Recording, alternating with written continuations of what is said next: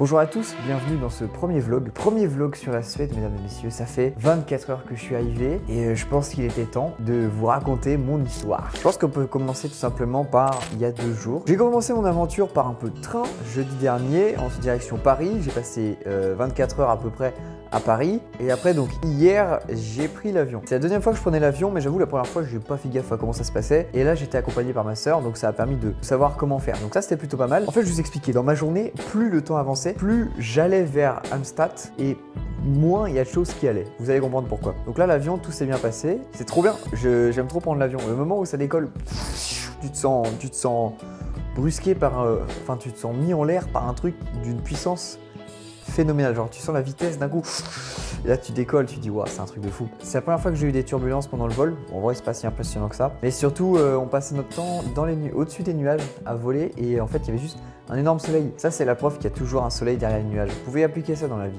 Dès qu'il y aura des problèmes, il y a toujours le beau temps qui revient après. Donc là on était vraiment au-dessus des nuages. Le commandant de bord il nous dit ladies and gentlemen, il y a un peu de neige qui est tombée sur Copenhague. Et ouais, du coup je fais Paris-Copenhague, Copenhague-Amsterdam après en train. Et j'ai pas prévu la suite. Après l'avion, c'est le flou. Genre, je sais où il faut que j'aille, mais je sais pas comment je vais faire. Du coup, arrivé à Copenhague, effectivement, on redescend des nuages et là, je me rends compte à quel point c'est fou ce qui va se passer parce que tu descends et en fait, la première chose que tu vois, c'est une île qui est blanche par la neige. Et là, tu te dis, ah ouais, quand même, là, c'est beau, là, c'est pas mal, là, je suis bien. Donc, l'avion descend, on voit Copenhague sous la neige. C'est magique, c'est magique. On se pose, tout va bien et après vient le moment, donc on sort de l'avion. Et là, on se prend une première bouffée de fraîcheur. Ce qui était bien, c'est que j'avais le Wi-Fi dans l'avion. Donc là, je vois sur Google, on était à moins 7 degrés, je crois. Bon, vraiment, l'aéroport, j'ai été choqué. Parce que l'aéroport de Copenhague, il est clean, il est beau, il n'y avait personne, il est silencieux. J'étais dans un autre monde, je me suis dit, mais c'est pas possible, c'est pas un aéroport. Il y avait quasiment personne et j'étais avec mes grosses valises à faire du bout là.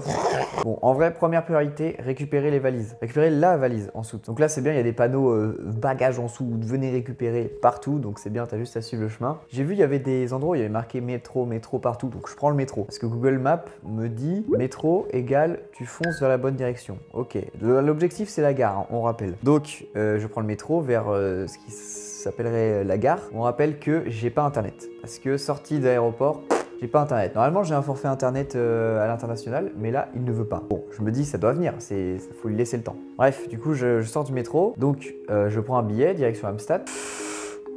Je vois, genre, il y a marqué juste le billet, il y a marqué Copenhague, Amsterdam. Merci, mais je fais quoi de cette information? Je suis sorti de la gare et là j'ai vu Copenhague. Il faut absolument que j'y retourne. Je vous le dis, il faut que j'y retourne parce que Copenhague, je suis sorti, j'étais bouche bée. C'était vraiment magnifique. Malheureusement, je suis retourné dans la station. J'ai rencontré un vieux monsieur, je lui ai demandé mon chemin. Il parlait pas très bien anglais, j'ai essayé de comprendre. Il m'a dit il faut aller à Copenhague. Il faut aller à Copenhague et après tu prends le train pour Amsterdam. Et je lui ai dit on n'est pas à Copenhague. Non, il me dit arrêt par là-bas. En fait, j'étais à 2 arrêts de la station centrale et je me suis arrêté un arrêt avant. Donc, je vais à la station centrale. Cette histoire est beaucoup trop longue, je suis désolé. J'aimais bien le fait qu'il y ait des professions qui puissent être automatisées. Je trouve ça bien, par exemple, pour l'aéroport. Là, par contre, quand tu te retrouves dans une gare perdue et qu'il n'y a aucun agent, parce que c'est pas la SNCF, il n'y a aucun agent de la SNCF, il n'y a personne à qui tu peux demander ta voix, tu regrettes. Tu regrettes qu'il n'y ait pas des gens et que ce soit des robots qui fassent tout. Bah, j'ai trouvé encore une personne au pif. Elle m'a dit that should be this one, the first one. Je demande, alors, donc je vois un truc, c'est direction Göteborg. Je monte dedans, pas très serein. Je suis là, ouais, s'il y a un contrôleur, je suis mort. Donc ça se passe, j'ai pas pu voir le super pont. Pour ça, il faudrait que j'y retourne. J'ai pas pu voir ce pont là parce qu'il faisait nuit. Mais voilà, donc la traversée a duré 2 heures. Il y avait les contrôleurs. La contrôleuse, je lui ai montré mon ticket. J'étais là, please, please. Le ticket est passé, donc ça veut dire que ça va, j'ai pas été trop illégal sur ce coup-là. Au bout de 2 heures, donc j'arrive à Amsterdam. Je sors, je prends une bouffée de froid, j'ai fait. Bonjour à tous, c'est moi. Regardez, c'est moi, vous me reconnaissez, c'est le crayon. Et j'ai trop froid, faut que je mette les gants. C'est un enfer. Parce que pour plusieurs raisons. Déjà, il fait froid. Mais quand je dis froid, c'est vraiment très froid. Là, il fait actuellement moins 12 degrés. Est-ce que c'est bon pour vous? Donc là, je suis couvert, mais je suis pas assez couvert. Je regrette. Ah, mes doigts! En tout cas, la bonne nouvelle, c'est que je marche sur de la neige pour la première fois depuis super longtemps. Ça, c'est cool.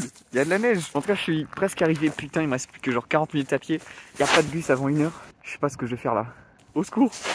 Je vais mourir frigorifié ici. Donc je suis sorti, je suis là, je sais pas où je vais, j'ai pas internet, j'ai froid et là je sais pas quoi faire. Donc ce qui s'est passé en fait tout simplement c'est que je me suis mis dans une supérette afin de pouvoir avoir chaud parce que vraiment là je me suis rendu compte qu'il allait faire froid. Là il faisait -12 et là j'ai commencé à me cailler le cul. Je regarde mon itinéraire, je vois 45 minutes à pied, je me dis flemme, je vois que je peux le faire en bus, il y a un bus qui arrive bientôt, ok pourquoi pas. Comment on achète un billet maintenant? Je croise des gens, je leur demande comment acheter un billet. Ils me disent ah, tu prends cette application là, voilà tu fais ça. Là, nickel, impeccable, maintenant j'ai l'application. Ensuite ils me disent ah bah tous les bus sont passés. Hein? Comment ça mon neuf? Donc là je me retrouve sans bus. Donc là je me dis ok, tu sais quoi, je peux faire les 45 minutes à pied. C'est pas si grave. C'est le choix que je regrette, un des choix que je regrette le plus dans cette histoire, l'avoir fait à pied. Avec ma grosse valise, mes 2 valises, un enfer. En fait, le problème, c'est que la première route, c'était une route de genre 1 km de zone industrielle, sans personne, quasiment dans le noir. Et là, fallait être accroché. Hein. Voilà, donc j'ai fait ça. Et donc je filmais, je rigolais bien. Moi, j'ai pris ma caméra de temps en temps. J'ai même pris, je me suis dit, ah bah oui, il faut que j'appelle Bouygues, il est pas encore 20 h, je vais leur demander pourquoi ça marche pas. Et là, je me retrouve, je suis actuellement en Suède et j'ai pas internet. D'accord, vous allez me donner votre numéro de téléphone après que j'ai accès à votre liste. D'accord, vous allez à quel pays? En Suède? D'accord, en instant. Je les appelle et ça raccroche. Ça raccroche une fois, ça raccroche 2 fois, et au bout, ils m'ont pas rappelé, il était 20 h. Ensuite, je continue mon chemin. Déjà, je sais pas où je vais. J'ai une petite idée de la zone où ça peut être, mais je ne sais pas exactement où est-ce que c'est. Je fais une petite vidéo pour dire, regardez, je suis perdu. Les gars, je suis dans un bourbier monstre. Je suis dans la merde. Et quand je dis la merde, c'est vraiment la merde. Je suis froid et j'ai pris la pire des solutions. Les bus sont tous passés et le prochain, c'est 22 h, alors qu'il est 20 h. Donc là, j'ai eu la bonne idée de me dire, ah, tiens, il y a que 45 minutes de trajet à pied. Je vais y aller à pied. Je suis vraiment une salope. Regardez où je suis. Je sais pas si on va très bien voir. Je suis dans la zone industrielle d'Almsat. Des vieux trains, des vieux trucs désaffectés. Petite nuance à ça, j'ai pas internet. Je sais pas, je vais là où le vent m'emmène. Enfin, j'ai une idée de là où c'est, mais je sais pas exactement où c'est. Quand je dis que je suis dans la merde, je suis dans un pays, il y a personne. Il y a personne sur la putain de route de con. J'ai pas internet. Quoi? J'ai plus 15% de batterie et j'en ai plus. Et là, mon téléphone, il s'est éteint. C'est pas une blague. Les téléphones, ils apprécient pas trop le froid. Et pas du tout le grand froid. C'est pas une blague. Je me suis dit que ça aurait pu être scripté, mais non. En fait, j'ai vraiment vu batterie faible, vous avez plus que 15%. Et dans l'instant qui a suivi, le téléphone s'est éteint. Autant vous dire, il n'y a plus personne. J'ai plus d'internet. Je sais pas où je vais. Là, je me disais, mon seul réconfort, c'est d'avoir encore mon téléphone. Parce que si jamais j'ai un problème, je peux appeler, j'ai Google Maps, plus ou moins approximativement. Et là, mon téléphone, il s'éteint. Je vais pas vous cacher que je me suis un peu chier dessus. Heureusement, j'ai eu l'intelligence, l'ouverture d'esprit de prendre ma batterie externe la veille. Donc je charge mon téléphone et là je me dis dernier secours, j'appelle ma soeur. Et en vrai je regrette rien parce que du coup je lui ai donné l'adresse et elle a pu me dire où est-ce que c'était précisément. Parce que quand je cherchais sur Google Maps l'adresse, il me disait bah non on n'a pas internet, gros con. Du coup elle m'a guidé un peu à l'aveuglette et j'ai pu retrouver comme ça la maison. Les refs, vous m'entendez? J'ai une excellente nouvelle à vous annoncer.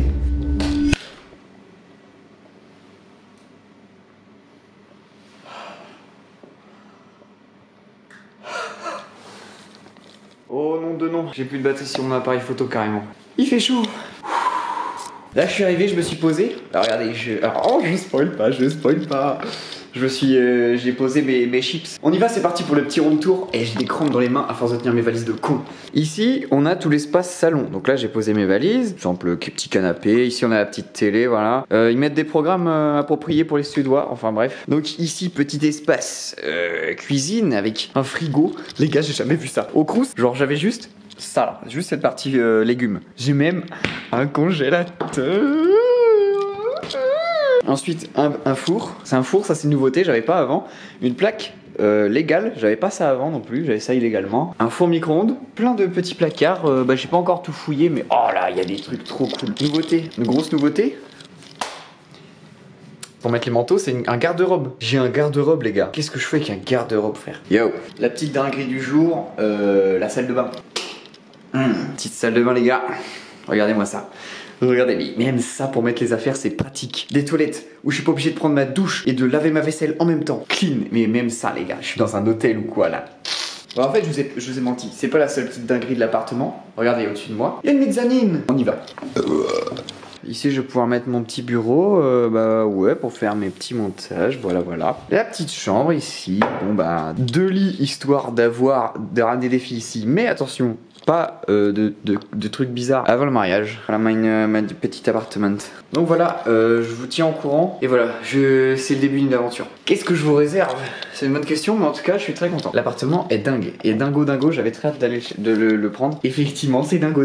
Les gars, je crois que je suis mort. Là, vraiment, je me pose et je dors. Mais d'abord, il faut que je vide mes valises. Vous voulez voir comment on fait des valises efficaces? Je vais vous montrer. Vous vous dites, mais qu'est-ce que c'est que ça? C'est un colis? Non. C'est tous mes vêtements que j'ai empaquetés dans un truc que vous pouvez acheter à Super U, c'est genre un sac en plastique. Et t'aspires après avec l'aspirateur. Et après, hop, tu ouvres la petite vanne, tu ouvres là, et voilà. Et ça respire. Là, je me suis laissé, de toute façon, une semaine. Je reprends les cours dans une semaine, donc ça me laisse une semaine pour prendre mon rythme, prendre mes aises, voir comment ça se passe, etc. Bonjour à tous. Oui, jour 1 en Suède, mesdames et messieurs. Jour 1 à Halmstad. Bah écoutez, j'ai pas si bien dormi que ça. Voilà, je pense que je suis encore un peu stressé par le voyage. La pression n'est pas encore retombée. Je pense que pour un premier épisode, c'est pas mal de vous dire. Je vais vous faire, comment on appelle ça? On appelle ça un haul, je crois, un truc comme ça. Je vais faire un haul de tous mes vêtements achetés pour venir ici. Et heureusement que j'ai fait ça parce que sinon j'étais dans la merde. Pour survivre sous moins quelques dizaines de degrés, il faut des vêtements techniques. Les vêtements techniques, c'est ça. C'est les trucs qui sont au ras du corps. Alors j'ai tout été acheté chez Decathlon, évidemment. En bas c'est pareil, normalement il faut des vêtements techniques. Première couche, c'est des survêtements de sport, voilà. Deuxième couche, on peut directement mettre la polaire. La polaire qui est censée être chaude aussi. Donc là, la chaleur est optimale. Paf! Normalement, si vous faites du ski, vous savez déjà tout ça. Ensuite, évidemment, des chaussettes pour avoir bien chaud. Maintenant, on peut pas sortir comme ça sans paraître pour des dégénérés, donc qu'est-ce qu'on prend? Un pantalon. Bon, alors là, pantalon, je me fais pas chier. J'ai un pantalon normal. Honnêtement, ça ne sert à rien de mettre un pantalon de ski. Là, parce que je vais au Velux, il fait super beau. Aujourd'hui, j'aimerais bien aller à la mer. Je suis à 50 mètres de la mer. Donc j'aimerais bien voir ce que ça donne. J'ai ça, mais le problème c'est qu'il est midi, j'ai pas pris de petit déj, j'ai rien à manger pour ce midi. Donc je me dis qu'il faudrait peut-être que je fasse une première sortie, histoire d'aller au moins acheter quelques petites provisions pour tenir aujourd'hui toute la journée. On a ces bottes de chez Decathlon, encore une fois. Normalement ça peut tenir jusqu'à moins 15 ou moins 20. Le manteau en peau de bite de bison. Ça tient des moins 20 degrés en température Celsius. À partir du moment où j'ai mis les pieds ici, j'ai abandonné le style. Voilà, je vous le dis. N'oubliez pas les enfants, le style c'est une chose, mais le confort et la chaleur c'en est une autre totalement différente. Là, sous moins 12, t'as pas le choix. Next, le cache-cou. Oh, le bordel, c'est une cheminée, ça s'arrête jamais. J'ai vraiment 3 km de cache-cou. Le bonnet évidemment. Et pour finir, une bonne paire de gants. En tout cas, je suis très content parce que j'ai pu aller voir la mer avec les vagues qui étaient gelées et ça, c'était vraiment cool. Excusez-moi, je reprends la parole là, mais je suis en train de regarder dehors. Qu'est-ce qui se passe dehors? Comment ça, mon ref? Le soleil? Je sais pas si on voit très bien, mais c'est déjà le soleil qui va se coucher là. Il est 14h les gars. 14h, le soleil est en train de se coucher. Putain, je vais pas beaucoup voir le soleil moi. Il faut quand même que j'aille à la plage avant qu'il fasse... Bah, avant qu'on voit plus rien. C'est quand même l'élément important par ici. Donc je vous en ai avec moi. Comme vous pouvez le voir, le soleil est assez bas. En gros, il est sur le point de se coucher. Normalement, je suis la bonne direction pour aller vers la plage. Le soleil se couche à l'ouest, donc normalement c'est par là.